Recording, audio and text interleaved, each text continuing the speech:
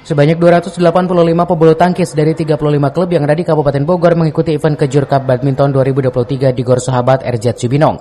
Kegiatan ini dibuka langsung Kadispora Kabupaten Bogor, Ketua PBSI dan juga pengurus KONI. Dalam sambutannya, Ketua PBSI Kabupaten Bogor, Dedi Budi Sumardi, mengatakan jika Kejur Cup ini merupakan agenda wajib dari PBSI Kabupaten Bogor yang mempertandingkan 14 nomor dari kelompok umur pra-usia dini, usia dini, anak-anak, pemula, remaja, dan taruna yang semuanya untuk kategori putra dan putri. Selain itu, ajang Kejur Cup ini merupakan event wajib sebelum para atlet mengikuti Kejur Prop dan juga Kejurnas. Dedi berharap para atlet yang menjadi juara di Kejur Cup nantinya bisa berprestasi pada event Kejur Prop atau Kejurnas mendatang. Perlu diketahui, PBSI Kabupaten Bogor juga akan menggelar turnamen bulu tangkis Bupati Bogor Cup 2023 dan pesertanya bisa berasal dari berbagai daerah yang ada di Jawa Barat hingga nasional. Bupati Cup nanti akan menjadi tolak ukur serta penjaringan cikal bakal atlet untuk Porprov Jabar 2026. Dari Kabupaten Bogor, Cafe Suryadi melaporkan.